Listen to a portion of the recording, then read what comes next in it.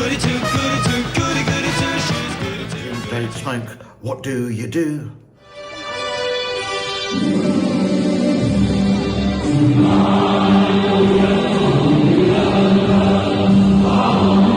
So what the dickens is going on here? Well, this is a lot of troop movement in China. Is it anything to be concerned about? This is in one train station in China. Here is another in another train station in China. I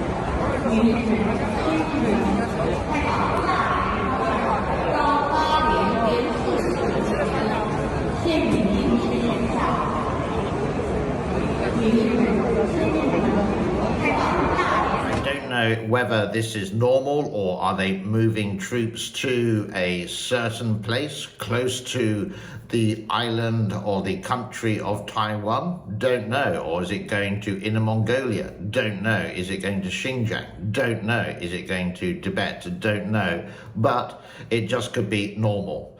I'm searching and trying to do a little bit of a deep dive related to that. Related to today's title, quite interesting, China's new fake goody two-shoes policy and spying.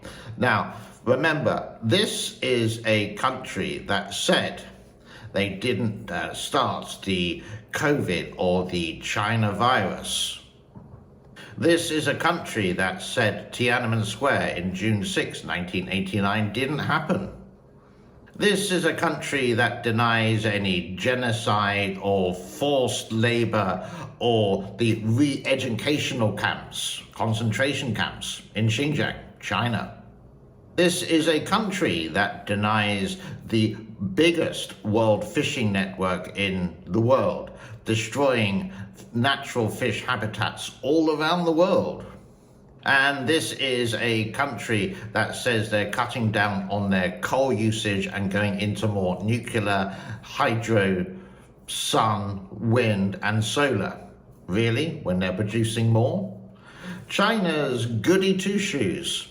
How can we trust a country that says it does one thing and we can see it does the other? The list goes on. So with these peace deals that they're trying to make with Saudi Arabia and Iran, there's got to be some kind of thing for the Chinese government there. It's not just them being goody two-shoes. There's always a backstory there, which they are not showing.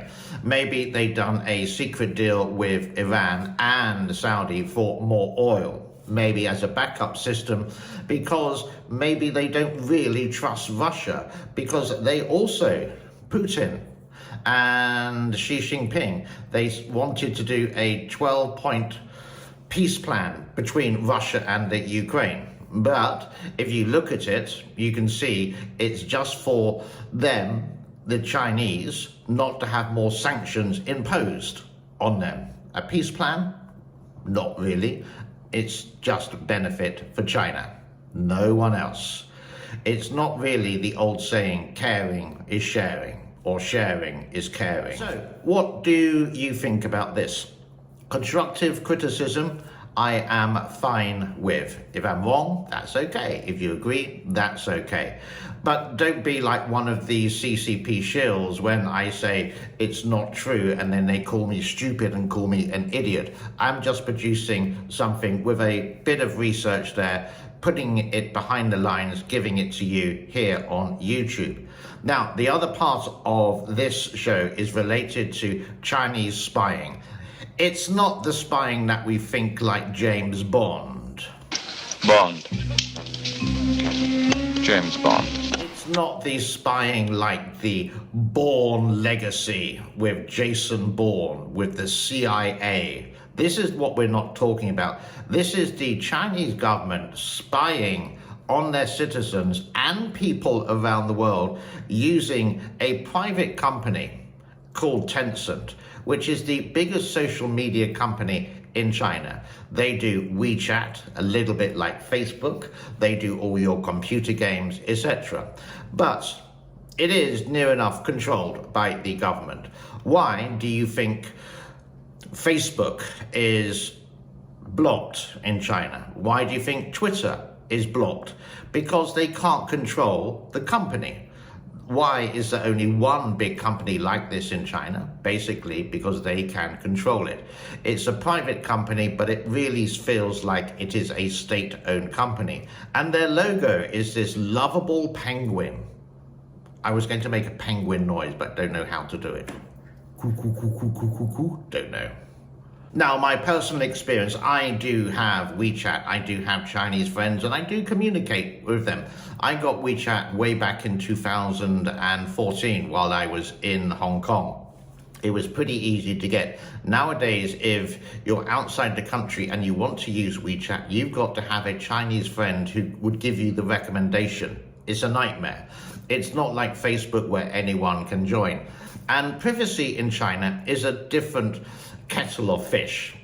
In other words, there isn't privacy, basically, compared to what we think we may have. There are so many examples on WeChat, for example, with the Tencent company. If you remember the whistleblower doctor way back in 2019 related to COVID, he sent these messages to his friends. These got picked up by the Chinese cyber police or cyber security and was taken to a police station, forced to sign a confession, don't do it again. Now, if they took notice of that, we wouldn't have had the problems related to the CCP virus or the Wuhan virus or the China virus, or some people actually like to call it COVID-19 for some unknown strange reason. There's one fact that has been documented that people are. So if I'm talking to my friend and I really have to be actually careful, I can't say Xi Jinping. I can't say Xi Jinping is an idiot. I can't say the words Tiananmen Square. I would not mention Taiwan is a country, because they may take my WeChat account down. If that person who I am talking to on WeChat says the same thing, it may get picked up and he may go to the police for a cup of tea. In China, when they say, do you want to come for a cup of tea? Or when the police say, do you want to come for a cup of tea? It means you need to come down to the police station and have a chat with the CID. CID is like, you could say, the FBI, something like that. James Bond. This is the major spy ring in China. It's just on social media. A lot of people do accept it. Sometimes I do get warned by some, not by the government in China, but by some of my friends and saying, please be careful. And then I would talk to them on something more secure, like Telegram, or if they have a VPN, then maybe I would talk to them on Zoom, for example, which the government can't interfere with. I do actually take extra measures by having a secure line using a public IP. In other words, it has a better security than a private IP. So it's there if you have. But the Chinese people, they just sort of accept it. Why? Because they can earn a lot of money.